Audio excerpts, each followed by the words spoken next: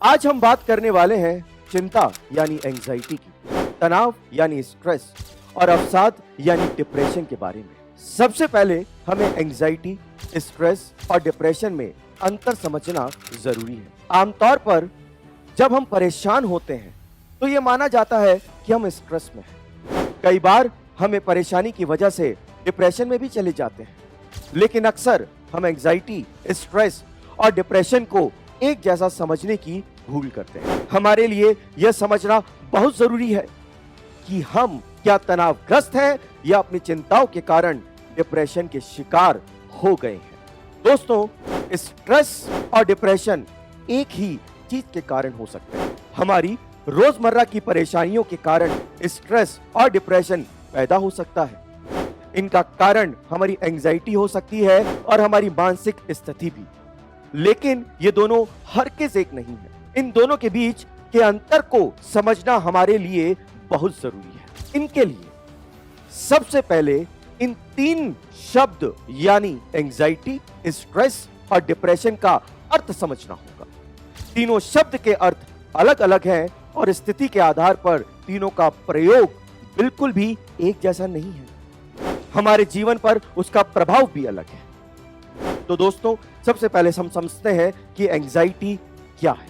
दोस्तों, मनोविज्ञान में, जी हाँ, मनोविज्ञान में चिंता एक ऐसी भावना है जो किसी वास्तविक या कथित खतरे के कारण उत्पन्न होती है। इस वजह से हमारा मन अशांत हो जाता है, मन में हलचल होती है और ऊर्जा नकारात्मक हो जाती है। चिंता में लोग अक्सर एकाग्रता, मन की शांति, उत्साह और प्रेम जैसे भावों को खो देते हैं, यानी चिंतित रहने लगते हैं। यह मनोदशा अगर ज्यादा लंबी खिंच जाए तो हमारे डिप्रेशन में जाने का खतरा बढ़ जाता है। चिंता क्या है और कैसे जन्म लेती है?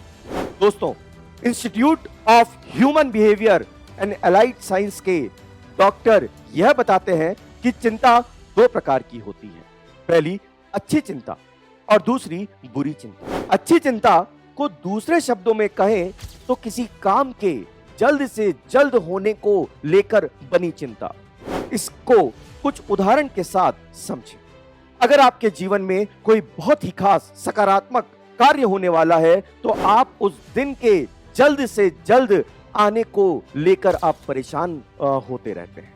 लेकिन इस तरीके का व्यवहार यह नहीं दर्शाता कि आप बीमारी की ओर बढ़ रहे हैं। दोस्तों, एक तनावपूर्ण घटना के कारण होती है। उदाहरण के लिए परिवार में किसी की मृत्यु हो जाना, एग्जाम क्वालिफाई ना कर पाना, नौकरी ना लगना या किसी प्रिय का साथ छूट जाना आदि बुरी चिंताओं के लक्षण हैं। कुछ लोग इन चिंताओं को दूर कर लेते हैं, लेकिन कुछ लोग इस प्रकार की चिंताओं से लड़ने में असमर्थ होते हैं और ये लक्षण फिर स्ट्रेस और डिप्रेशन का रूप ले लेता है।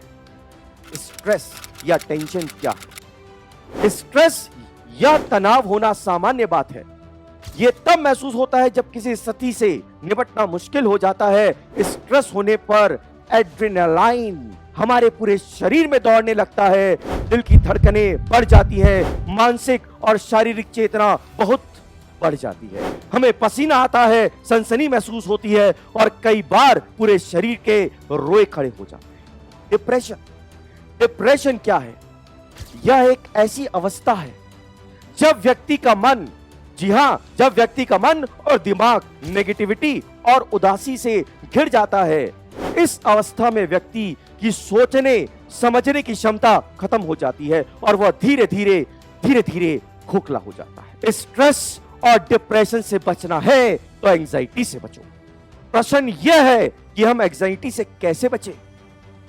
चिंता रोकने के लिए क्या प्रयास करें? तो आपको करना क्या है? सबसे पहले चिंता के लिए ध्यान। क्या आपने चिंता से मुक्ति के लिए ध्यान के विषय में सोचा है?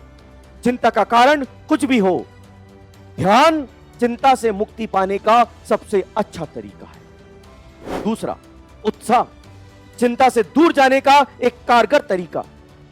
आपको अपने बचपन में अपने सबसे अच्छे दोस्त के जन्मदिन की पार्टी में जाना याद है?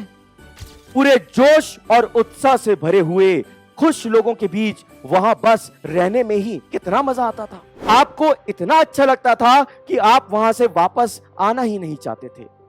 वे चिंता से मुक्त पल थे। आखिरकार आप एक साथ चिंता करना और जोश के साथ उत्सव मनाना नहीं कर सकते। ये समझना कितना आसान है, जब हम कुछ करने के लिए साथ मिलते हैं, एक जोश भर जाता है, हमारे भीतर ऊर्जा का संचार हो जाता है जो चिंताओं को भगा देता है, जो ऊर्जा की कमी से होता है। यह चिंता मुक्ति का एक सहज तरीका है। तीसरा, समस्या के बारे में विचारों में ना उलझे, इसके बजाय समाधान खोजने पर ध्यान केंद्रित करें। चौथा, यदि आपको कोई समाधान नहीं मिल रहा है तो अपने शुभ चिंतकों की सलाह लें। पांचवा, अगर चीजें आपके नियंत्रण से बाहर हैं और आप एक समाधान के बारे में नहीं सोच सकते तो चिंता क्यों करें, सकारात्मक बने और प्रयास करते रहें।